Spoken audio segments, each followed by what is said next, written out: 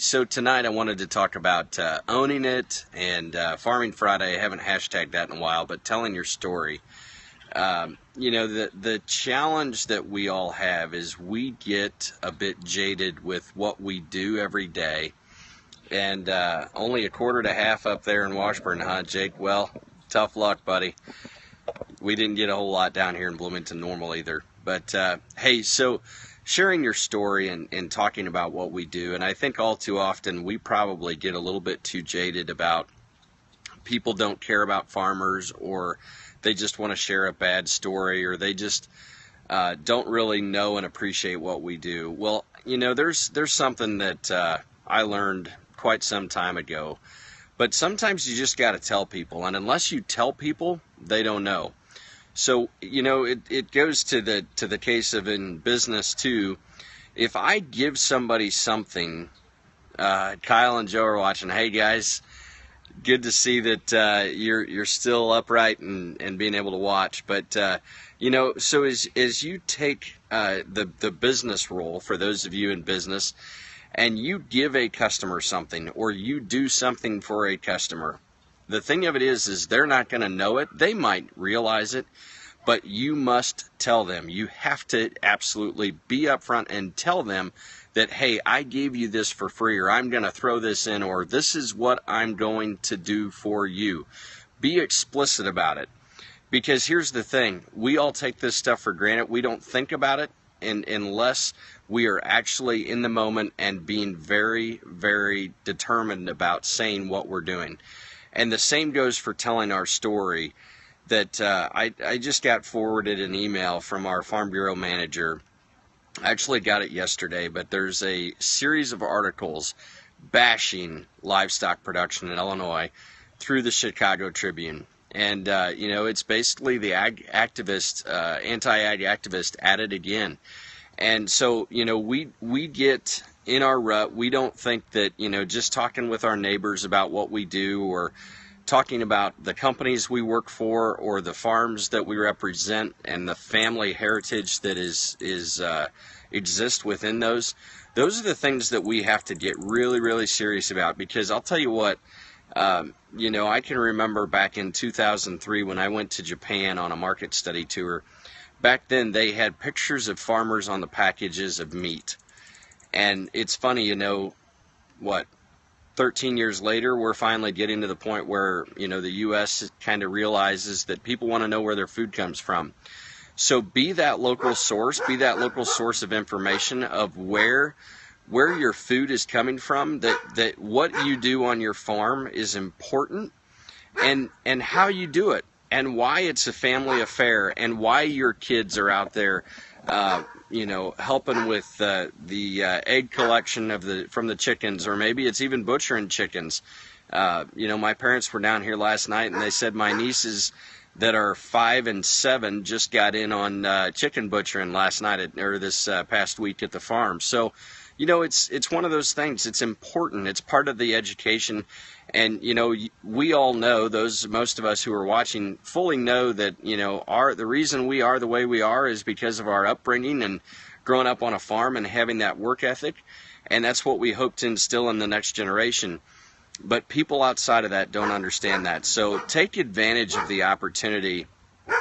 Exact message at Red Gold today. Yeah, it is. And I tell you what, we've got to get off our butts and do something about it. It's really easy to sit and complain, but we have to make sure that no matter what aspect of agriculture we are in, that we're taking the opportunity to talk with our friends and our neighbors. Because there are probably more vegetarians sitting around in your towns than you think there are. There are probably more people talking about Meatless Mondays than you care to think. And there are more people that are probably talking about how bad the chemicals are that are being flown on by all of the aerial applicators right now, and that all of a sudden I started coughing when one went by. It's all up in their frickin' head. So you've got to get past that. Get past the stubbornness that we all have, that we know it's a bunch of crap, and we know that it's not really that bad. But help share your story. Meat-filled Mondays, absolutely. Yeah, I think we're probably going to have meat-filled Mondays when Josh and I are talking next week. Monday, I'm sure we're going to grab a burger or something, so it'll taste great. But so, hey, think about how you tell your story. You know, last night we talked about brevity. Get on it. Get that elevator pitch. If you don't have one for your farm or your family or what you do on your farm, think about it. Get that elevator pitch done. Be ready to talk to anybody you meet. And don't be afraid to ask them, do you know where your food comes from? Have that conversation in a grocery store. So, you know, this weekend as you're out grocery shopping or having a sandwich, ask your server. Kirk, you guys, while you're up wherever you're at, you know, ask your server. Challenge them on what they know about production agriculture and the food that they're serving in their restaurants. I know we've done that a time or two. Sometimes you're surprised at what they know. You know, just a quick story here comes to mind. There's a group of us, a few that are watching tonight. We were up at Ruth's Chris Steakhouse in Chicago, and Joe might remember this, and Kirk, and of course a couple livestock producers were with us. We asked that guy, yeah, or conversations at the DMV. So Martha, you've seen her on Supper with Sean. She lives in Colorado, and sent a text today that she had a conversation about Monsanto with with somebody at the DMV today that was pretty interesting, I'm sure, from Denver, Colorado. But so back to Ruth's Chris, we asked our server, a young guy, this has been a few years ago now, but we asked our server if this was, you know, our steak that we were going to order was going to be grass-fed or corn-fed. And to our surprise, he mentioned that it was going to be corn-fed, that it processes better in the rumen and so on and so forth. And he goes into this whole story. Well, come to find out, his girlfriend's dad is a cattle producer, and he's toured the farm. He goes down to the butcher shop, and he knew all about cattle. So at least about the product that they were serving. And we have to do that very same thing. We have to be able to tell our story, the product that we're selling. Not that we're selling it direct to the consumer, but we have to be able to tell that story of how that product gets from us to the consumer. We all know it. You need to be able to share it. And so this weekend as you're out and about, share your story at least with one person. Because here's the thing. We all know that that person's going to talk. They're going to share that story that they met a farmer. Yep. Yeah, exactly. More impressive than the Quick Trip cashier. He's still got an A in my book, but you know, think about that, because it's all about the ripple effect.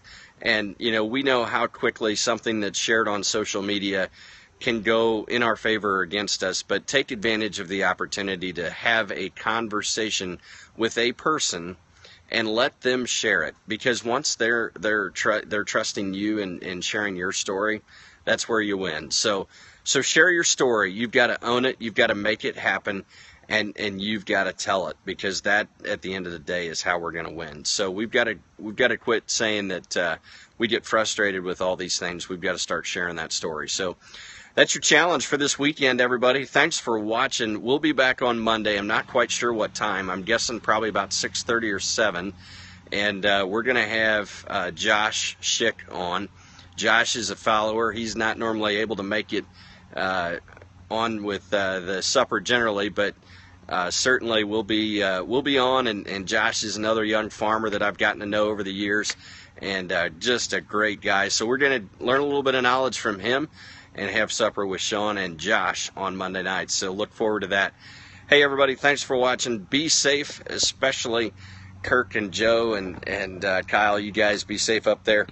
Have a great weekend, everybody. We'll talk to you later.